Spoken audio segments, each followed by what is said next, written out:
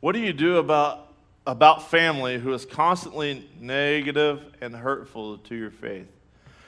Okay, so I've got to read into this a little bit. Whenever you say family, I'm going to go ahead and go with the assumption that it's not your spouse.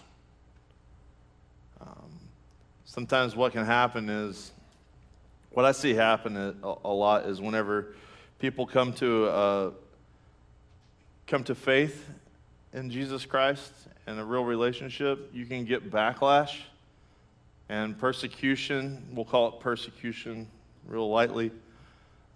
People that don't always respond positively to it and is going to always try to tear you down and stuff. Here's what the Word of God says. Always be ready to give a response to the reason for the hope that you have.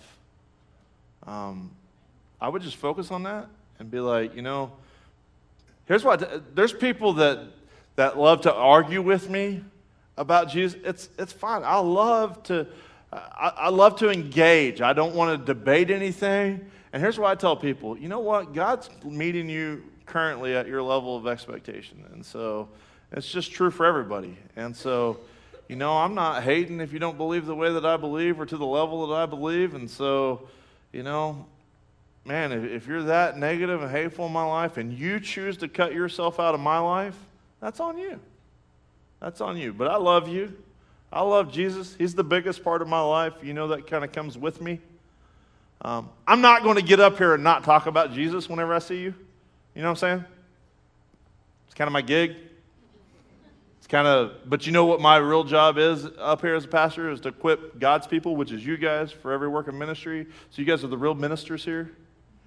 And so Jesus has got to, if you're in love with him, that'd be like somebody saying, you could come hang out and we can talk and stuff, but always negative towards my wife and stuff.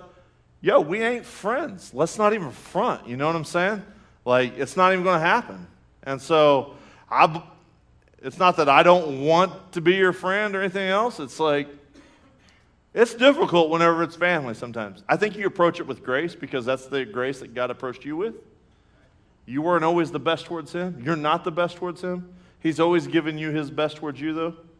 And so I always tell people, look, sometimes in life you're going to be faced with a choice. And in that choice, Jesus tells us to approach everything with truth and grace.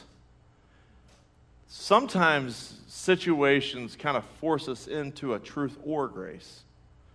And if you're ever faced with that, I would always tell you, if you're going to tip one way or another, always lean towards grace. Don't get far off center. Don't be all grace-filled with no truth. But definitely, it's too easy sometimes to get all truth-filled and no grace.